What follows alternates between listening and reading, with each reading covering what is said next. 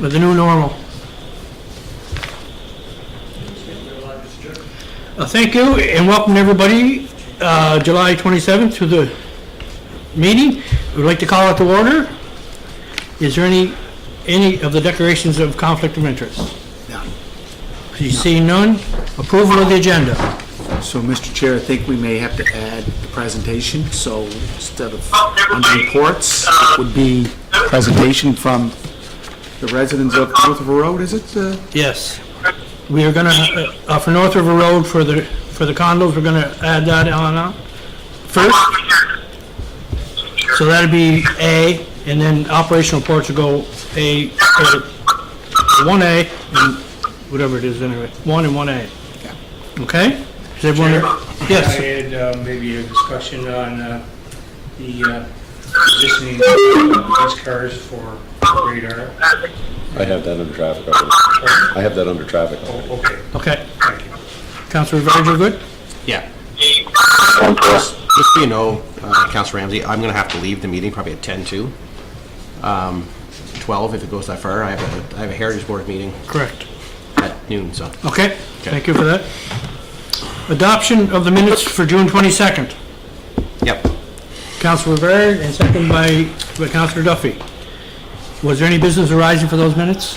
Could I just bring up, Mr. Chair, I know at the last meeting I mentioned about a couple of reports that I referred to, and I sent them out last night to the members of the committee.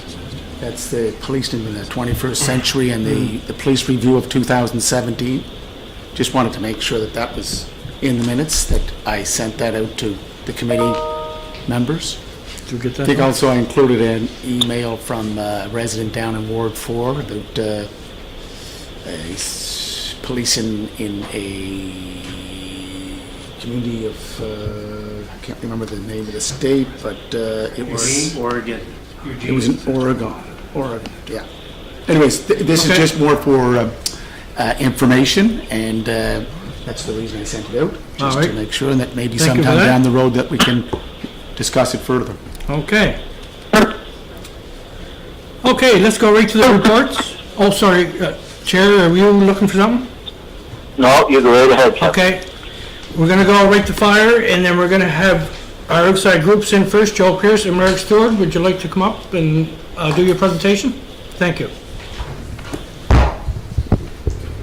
Morning, everybody. Good morning. Can you hear me? Yeah. I didn't realize we were going to be doing a presentation this morning, so I have nothing prepared, but I believe you have documentation already that I sent originally about 3 weeks ago to all members of the committee, and then the second one that I sent to Mayor Brown, and he forwarded it on to the committee members, I think. So I think everybody is familiar with our concern, but just to summarize very briefly, the last summer when we were told that we couldn't use propane barbecues anymore, there were a fair number of us who were disappointed because we loved our barbecues, but we understood what the concerns were. We got it, and the barbecues disappeared from our decks pretty quickly. They were given away, they were sold, they were trashed, whatever.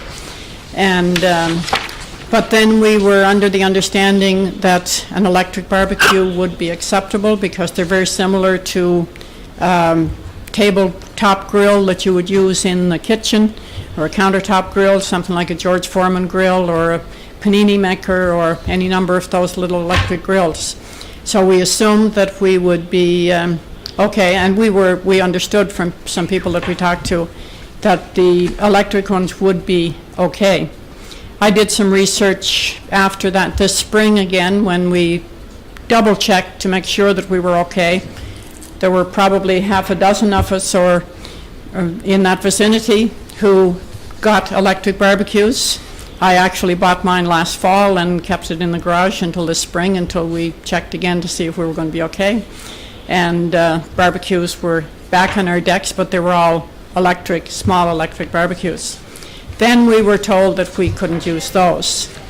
And that's when we started trying to look into it to see if there was anything that we could do to change that, or to at least understand what the issue was. We had a good meeting with Randy McDonald, Winston Bryant, and Kevin Ramsey several weeks ago, and Joe and myself were there, and expressed our concerns. I thought I sensed a degree at least of sympathy for our situation around the table, and but we left recognizing that the code as it exists does not permit barbecues unless they are built-in, attached, or with piped-in propane or whatever. And we weren't interested in propane anymore anyway. We were talking specifically about electric barbecues, similar to the indoor ones that are used. And anyway, I did some research after that, and I found out that the fire code can be amended. I didn't realize that. I guess I thought it was carved in stone. I don't know. And I found jurisdiction, granted, it's in Florida, and I know we're not Florida, but they amended, they're under the same code that we're under. Mr. McDonald gave me the wording from the code that applied to our situation when we were at the meeting.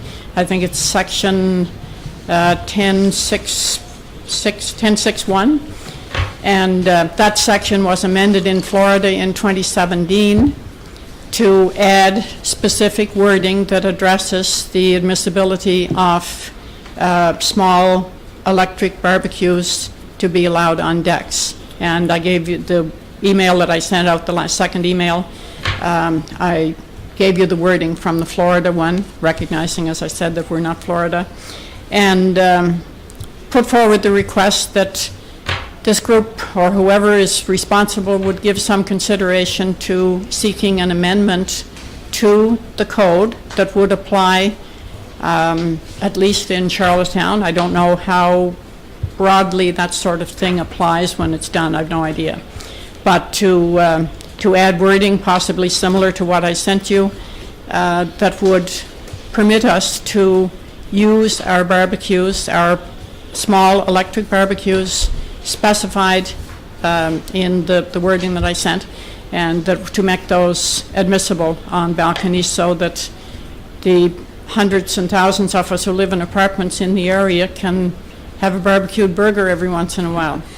I mentioned at the meeting, and I'll just repeat it here, the irony of this for me is that I have a panini press. I don't know if any of you have a panini press at home or not. You probably do. It's only about this big. It's electric. And I cooked pork chop on it several weeks ago. Turned out really well. But I won't be using that inside because of the smoke or steam or whatever it is that comes off it. But the irony is I can't take that panini press out onto my deck and plug it in to the outlet that's out there and cook my pork chop out there.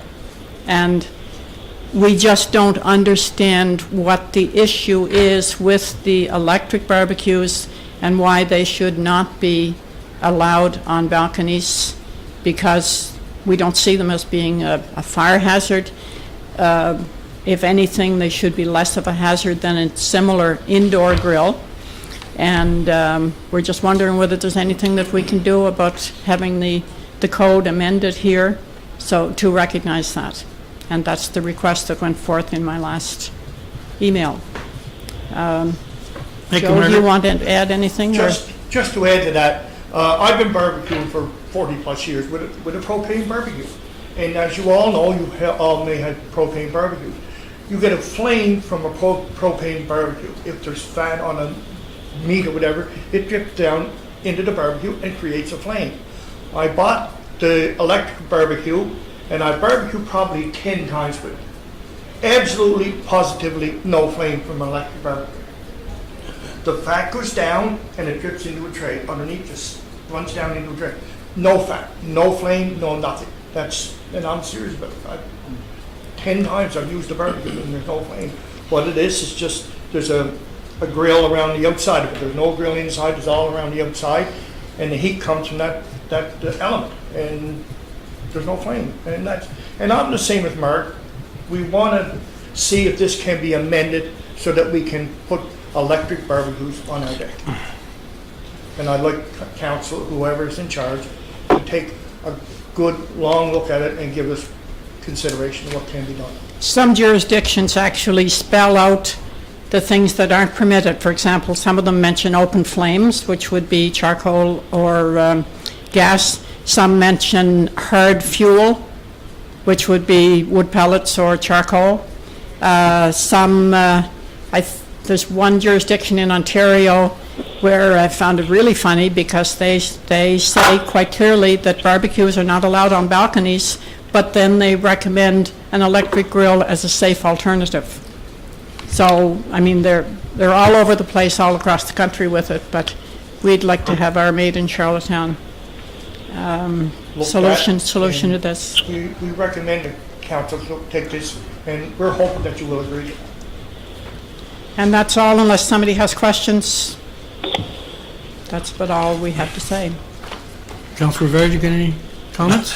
No, I'd hate to see anyone denied having a You hated good what? burger on there. Or a pork chop.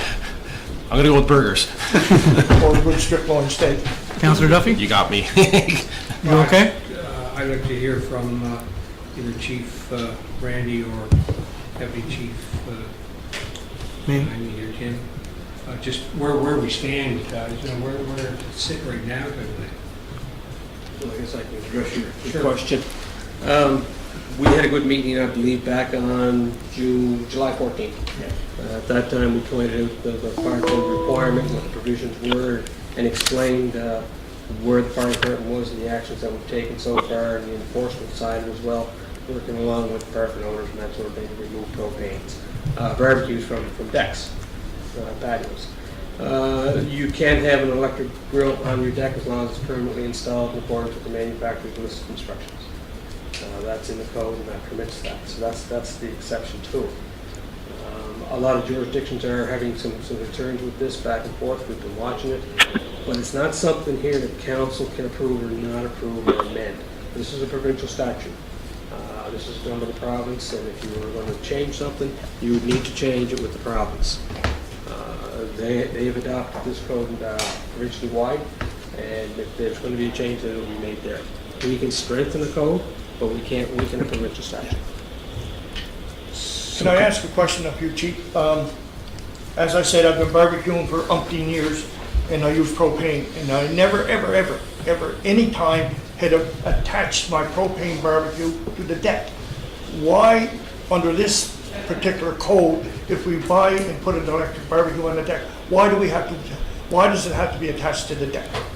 I'd have to go into the manufacturer's item, Joe, and find out the listing as to why they're attaching their particular item to that. Can I just add something there? The attachment, unless you're talking about one of these outdoor kitchens with the built-in barbecue that are quite big, the attached to the deck is not really a practical solution for the majority of apartment dwellers, including us. The balconies aren't big enough to get the 10-foot distance from the wall that they specify, and most landlords are not going to likely let people drill holes in the floor of the balcony in order to attach a barbecue. In our case, I believe we have a surface on the balcony, and under it is cement. So I mean, that's not a practical solution. The only practical solution that we've been able to see is the acceptance of the small electric grills, the tabletop type grills. Yes, Councillor Duffy. I would say, listening to both yourself, Martin, and Fire Chief McDonald, I think it's a case of, yeah, I see your point, but it's all about jurisdiction. My father, as I've explained here quite a few times, my father used to tell me, if you're looking for something or looking for something to change or whatever, you always search out in an organization the person who has the authority to say yes. Don't waste your time with people that only have the authority to say no, because you're not getting anywhere, and that's what's going on here, is the people who have authority to say yes to your request are the people, because it's a provincial issue to be dealt with. We can listen, and we can sympathize, and we can appreciate, but we can't act, because we don't have the authority to act. It would be through your local MLA. It would be in your case, I imagine. Okay, now the reason we came here is because I had a conversation with Winston Bryan I believe it was last Thursday or Friday afternoon, I'm not sure which. And I brought this up, the possibility of an amendment, and my understanding from him that the place to start was with City Hall. Okay. And that then the recommendation, yes, I realize it would have to be a provincial, eventually would end up with the Lieutenant Governor or Solicitor General or something. I think fire is under justice, so it would probably end up with the Attorney General or Solicitor General, whatever you call him. Councilor Rivera. Thank you. So, Chief, what steps would have to be taken, I guess, if this change was going to be implemented in any capacity? Would it be from this group here going to the province directly? Would it be something where they come to you and that you take it forward? I guess I'm just trying to look at next steps maybe for everyone in the room, that everyone understands kind of the process, what has to happen from here if there's going to be any kind of change. What I would do is I would suggest that Marion Joe go see the provincial fire marshal and see what his next steps would be in his process to be able to change that under the Fire Prevention Act. Okay. And once it gets changed under the Fire Prevention Act, where it's written out, then we can adopt that. So for the system process, we could have this committee recommend to council send a letter or something of support down to the province, and that's as far as you can go at this time. Then it would go to council. Yeah. We would take this to council, not say, No. okay, this is in your hands now, we want you to do something. And why I'm thinking this way, we have the fire department who's dealing with us, and we are dealing with the fire department. So if the fire department takes it to council, then council, in that regard, would go to the province or the provincial government or whoever, or David Rossiter, to see what the guidelines are or what can be done about this. I mean, we're kind of in the dark about it. Yeah, yeah. Really, we are. Being the fire chief, sorry. Sorry, the point is that this committee would recommend to council to ask the province to look at it to change that piece. So it's just That was what I understood to be the process, actually, that this committee would, that it would eventually have to go back to the whole council, and they would make a recommendation one way or the other, and they might decide that they don't want to recommend anything. Yes. In which case it's done. But if they decide that they want to support this request, then they would make a recommendation to whoever it is then in government. That was kind of the impression I had. I think he was. Oh, Councilor Rivera. So just to follow up on that, so again, a recommendation, why would a recommendation have to go to council as a whole?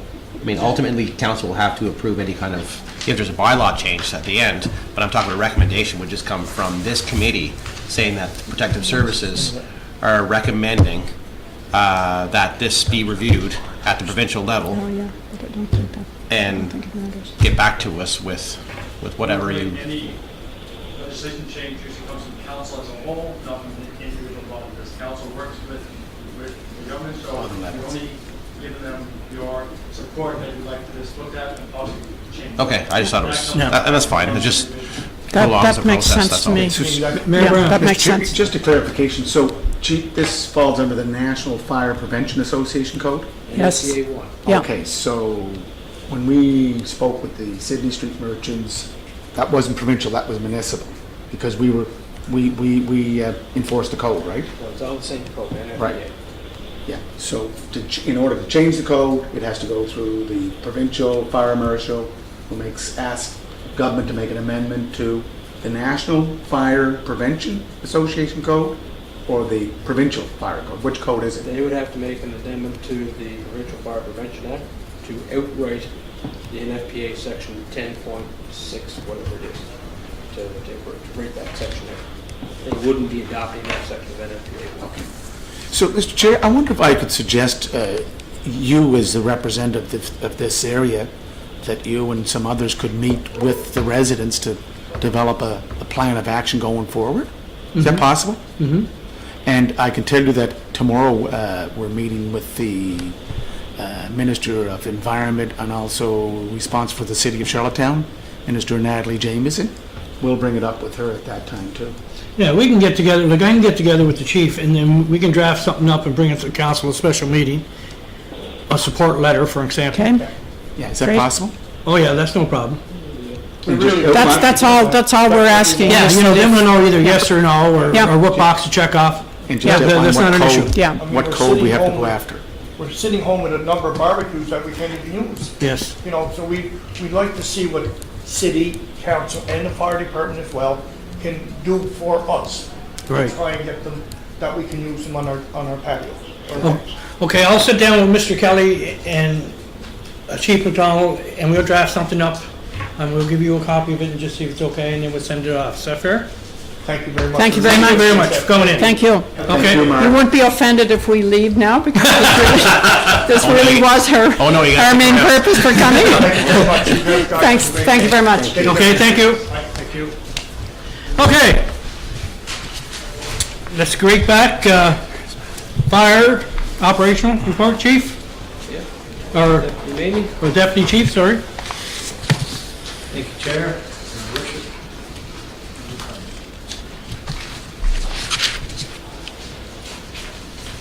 The operational report for period June 18th to July 21st. Quick rundown of total fire inspections, 64. 9 general inspections, 9 follow-up inspections, 2 complete inspections. There were 20 hazard compliance orders issued. 10 inspection files were closed. 14 plan reviews, safety plan reviews. 5 fire investigations, and we had the engine crew out for 34 visits to mainly restaurants in the area. Emergency responses, total number of calls was 80, 47 at District 1, 23 at District 2, and 10 inspector calls. Time on scene, all calls 41 hours and 18 minutes. Training, our department training consists of company drills that conclude for the summer on June 29th and will resume on September the 8th. We have a good group in the Department of Qualified Emergency Services instructors, and they did an excellent job over 2 weekends and several evenings as well, carrying out all the instructor duties towards a successful completion of the PEI Fire Association Firefighter Level 1 course. The school had stopped. We had our recruits in limbo, so the members of the department stood up and got the training completed out at the school so we could graduate our recruits. Department activities. Under current COVID-19 restrictions, many of them have continued to remain on pause. Still no visits and no major visits outside the department as well. New engine 1 replacement arrived this morning, and we'll be doing the driver's training tomorrow morning. And our 6 new recruits, as I mentioned, successfully completed all training required of the Level 1 course, and we're going through orientation right now prior to assignment to their district. And unfortunately, one of the 6 has just moved out of the city, and so we're down to 5, but we'll work through that. That concludes my report, Chair. Thank you, Deputy Chief. Any questions for Deputy Chief? Good to go. Chief, you have Yes, I have a few comments, Chair. Ladder 1 replacement went to public tender on June 24th and then closed on July 24th. We're now in the process of scoring that tender. Also, engine 1, as the Deputy Chief had stated earlier, arrived today, and we're doing the final inspection today and training follow up in the days to come. Engine 6 is currently on schedule with a delivery date of September. Look forward to seeing that vehicle as well. As you recall, back in the capital budget, we had 3 support vehicles that were being brought in. To date, there's no delivery date, but hopefully in the next month or 2 we'll be able to see those vehicles arriving as well. Communication upgrade, all the equipment is here, and we have been installing equipment for Station 1, and the Station 2 will be coming along shortly. Fire prevention bylaw, as I noted last month, there's a draft of revision, and that continues to be worked on. EMO, city group of EMO continuously monitors COVID-19, and we meet regularly every 2 weeks on a Wednesday morning and update from department to department. Also, since last month, the EMO trailer has been purchased and it's here, and the EMO shelter supplies is also in that trailer, and that trailer is being stored at the McNair facility. Generators, emergency generators, tender went out for design and protection and management, our project management. It was publicly advertised on June 16th, closed on the 30th. Tender was awarded on July 15th by a resolution of council, with a further purchase order being issued on July 17th. And Station 1, the overhead door replacement program is commenced on July 17th, so we look forward to seeing all new doors in the very near future. Thank you, Chief. As I parked my car this morning, I noticed a crowd around the fire department there with the new truck.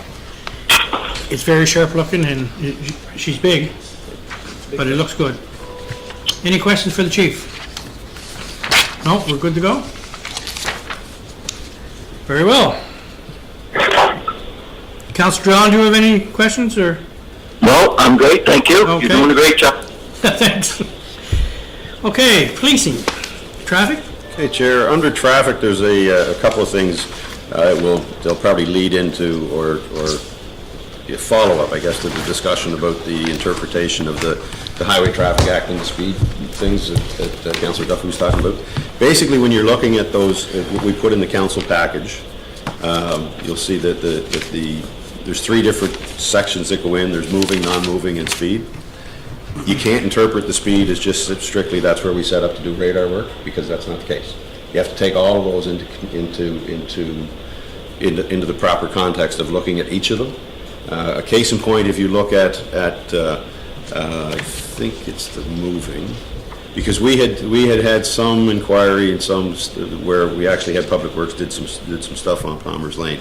But if you look at our in the other sections where you'll see like Palmer's Lane and Vic Campbell, we had 12 violations issued there. Those are stop sign violations, but we were actually sitting there doing speed monitoring, and we didn't get anybody for speeding. So that doesn't appear on the speed sheet because we didn't. So really all it does is where these are listed is where we actually got a violator. Okay. So it doesn't necessarily mean that we weren't working radar in other residential streets. It just means we didn't get anybody there. So when you look, you have to kind of interpret the two things in connection. It's interesting to see particularly when we're doing the Palmer's Lane one, Public Works had put one of their smaller count devices out that's really a lot more discreet than the big ones that we put out. To just give you an idea, they had it set up for about 4 days in total. They tracked a little over 2,700 cars. Maximum speed at one indication was 69 kilometers. The average speed of all the vehicles is 35.7. 85% of the vehicle traffic that goes there is basically compliant at 42 kilometers an hour. And the average speed of all the vehicles going through, when you take all the things into consideration, is 44. So we really don't have an issue. And obviously when we were doing the work out there, we've got an issue with people rolling through stop signs, but not people speed. So you just have to kind of, look at all of those in context of one another as opposed to just one. My problem, Mr. Chair. Yes, go ahead. Chief, is I don't see any cars, any police cars, with the exception of Queen Charlotte High School, in Ward, and I'll pick Ward 3 because it's my ward. I don't see them there parked doing anything. That's the problem. And the residents don't see them. They keep saying, what we need is a police car, and they all say it, but I know what you're saying. Perception sometimes takes over, but I never see a police car in Greenfield Avenue or Queen Elizabeth Drive. And like, I'm out a lot, like I'm retired and I just cruise around and, around the park at least 19 times a day. I never see a police car there, and they don't either. If you were to put a police car down on Queen Elizabeth Drive, for example, that would at least cool them down a bit, like, at least they're getting some attention. Nothing, and you may not catch anyone, and I can understand, you can't catch them all the time, but I don't see a police car, and that's what my point was at council was, 25 setups for speeding, as you say, 25 setups, 21 of them were north of. But that's not just the speed spot though. No. That's where we actually got somebody. Yeah. So we're actually doing, in reality, we're doing radar, because we can run both mobile and stationary. Yeah. In theory, every street we drive down, we're working radar on. Yes. Because we have that capability. For example, in that speed thing where we had the 25, that's just where we got violators. It doesn't mean that we were only doing radar on those streets. Yeah. For example, Brighton Road, since we put the three-way stop sign up at the corner of North River Road and Brighton Road, I get a lot of calls, and I don't want to exaggerate, I get a lot of calls. As soon as they get through, they master the three-way stop at Brighton Road, driving on Brighton towards the pool in Victoria Park. It's like a speedway because there's nothing between the three-way stop and the pool in Victoria Park to stop them. and a lot of it's between 4 o'clock in the afternoon and 8 o'clock in the evening. They haven't seen a police car there, and they say that they could pay for the police car if it came down for a week. You know, there's a lot of speeding. It's young guys going down the park trying to impress the girls and that sort of thing. But they've never seen a police car to go and park, say, in front of, I don't know, Memorial Field, like up from Memorial in that area, an unmarked car. Anyway, and I get most of the information secondhand, and that's from residents. Sometimes I see it myself, but I'm there during 6 o'clock in the evening. I'm tired, but then I'm usually home. But I don't see it in the afternoon. But so that's you know, they're there all the time, especially the young mothers that are home looking after small children. That's where it comes from. Anyway, I'll leave it at that. I made my point, try to make a point for this. See where we go from here. We're putting a speed bump in on Brighton Road there, just after you pass by Goodwood Avenue. Those stucco homes on the corner just beyond that. See how that'll be another little impediment for those guys who hit the gas at the three-way stop. So see how that works out. Yep. Thank you. Okay. Councillor Rivard? No, I'm You good? Yep. Okay, Chief. Thank you. Bylaws? Bylaws, the grass cutting thing, I'm not sure, was that brought up at your, was Scott talking about that at your meeting? Remember the thing we talked about, the right-of-way, cutting the grass on the city's right-of-way stuff? Not the last meeting, but maybe a meeting or two ago. Oh, okay. He was hoping to amend maybe the unsightly bylaw to... Yeah, and we had talked about that before, and the committee was, at that point in time, saying no, but it was wondering whether I Public think Works that was was still the of that same. mindset. I think that was the same verdict, so to speak, that came out of the public person. Right. Was that it'd be great to have, Mr. Charlie, you can correct me if I'm wrong, it'd be great to have, but the public outcry would be a little heavy. Okay, I and know other municipalities have it away. I've talked to people at SCM, and not only is it little space between your sidewalk and the curb, it's if there's a median on the street and it's grassed in the middle, you're responsible for cutting that Not also. at all. And if it's not cut, the city will go in and cut it, although it's city right away, and they will tack it on your tax. I didn't think that would be very popular. No. We agree. just for information purposes, we haven't had a lot of inquiry on the temporary patio bylaws, but we have had a couple of inquiries, so Okay. those are in the works now. So there are some people that have shown an interest in looking at that. That's it for bylaws at this point. Under personnel, we've got all our summer staff in place. Cadets started last week. They'll be here in a little bit longer. Ordinarily, they would be done the latter part of August, but they'll be here into mid-September, so depending on how the Atlantic bubble stuff works, we will have a couple extra people with us for a little further into the shoulder season, if you will. We're trying to get things back in place in terms of our training opportunities. We've checked with, there is a major crime course that the Canadian Police College is putting on, was supposed to put on at the Academy in May. It got canceled due to COVID. All the training basically at the Academy was canceled due to that. So they're now trying to reposition some things, get things back in place. So we've posted out our recertification for our use of force trainers. That's supposed to take place the end of August. All things, knock wood, keep going the way they're going.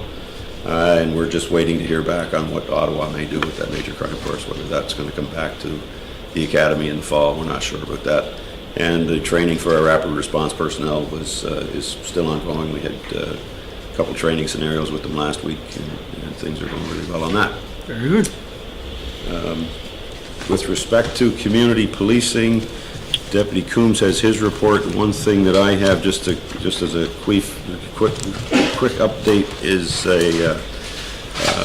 an announcement the province has done with respect to the cannabis legislation. It's a provincial diversion and education program called Rethink. They're just starting to roll that out, so we're not totally up to speed on what it all involves, other than we know it's there's educational prevention strategies for youth, information on cannabis use and possession, the options to direct them away from the justice system if in the event that you have someone who is under the legal age is in possession, rather than going through the courts. They're looking at a diversionary program. So that was part of what had to take place in under the federal guidelines anyway. And support with regard to provincial cannabis-related offenses. So they're looking at that. They're doing a WebEx on Thursday on the 29th, or Wednesday, I guess it is. Anyway, so that's when we'll get a better idea of what they're actually rolling out. So that just came out last week, and Sean's got some other things on his. Thanks, Chief. Just to further on with community, just want to take a minute to read off a letter of appreciation that we received this month. Please pass on the thanks of the Prince Edward Island Antique Car Club to your police department and Constable Tim Kaiser for his excellent work in guiding our club and several others through the city streets to the various long-term care facilities. He was so cooperative and helpful. He looked great in the 52 Dodge leading the parade of old cars. The smiles, waves, and clapping by the residents of the long-term care facilities make it all worthwhile. Thanks again. And that's from Rudy Crokin, president of the PEI Car Club. Further to that, we, in the month of July, we're partnering up with the Native Council of PEI to sit on their Youth Advisory Committee. They've started up a new program called Coming Full Circle. It's a good program, and basically what it is,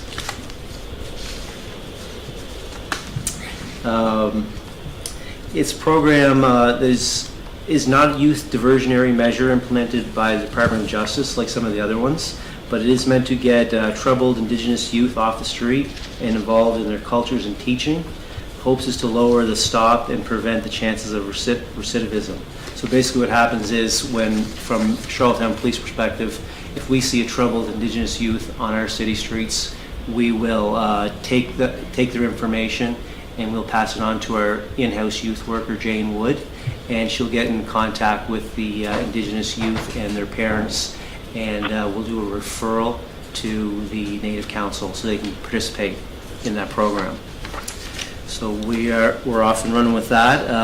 Also, in relation to concerns by city residents with motorcycles, we conducted educational enforcement check stops for motorcycle safety, proper paperwork, and driving habits within the city.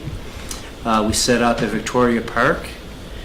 We set up on Ponnell Street and on Kent Street, which were the three main areas of concern.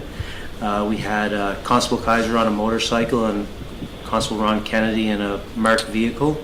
They did this enforcement on July 3rd and again on July 19th. Approximately 50 motorcycles were stopped both nights, with several tickets being issued both times, but a lot of positive feedback and from the community. Also working with Kenneth Murnahan, a lot of you probably be familiar with him. He's a bike helmet activist and former member of the Brain Injury Association, and what we're doing with him is he's working with corporate sponsors to deliver us coupons, and we'll be selecting officers to pass them out to, and also promote bike helmet safety the best we can. And then the Rethink program is... Okay. Thank you, Deputy Chief. Chief, operational? Under operational, just a quick update in the open portion, Chair, is Deputy McConnell followed up with the drone manufacturers. They're looking at what their ability will be to get in to get the training done. Right now, it's they're not. What we've done is we've made some inquiries, got some stuff back, and we think they might be able to fall under the essential service piece to get in and get the training done. So hopefully we can get that off the ground in the not too distant future. But that's what the situation is right now. Is COVID's kind of delaying things on that. The other couple items I have, Chair, would be more for closed session. Okay. Any questions? Good. Okay, can I have a motion to move into closed section as per section 119(1)B and H of the MGA? Yep. Moved by Councillor Rivard, second by Councillor Duffy.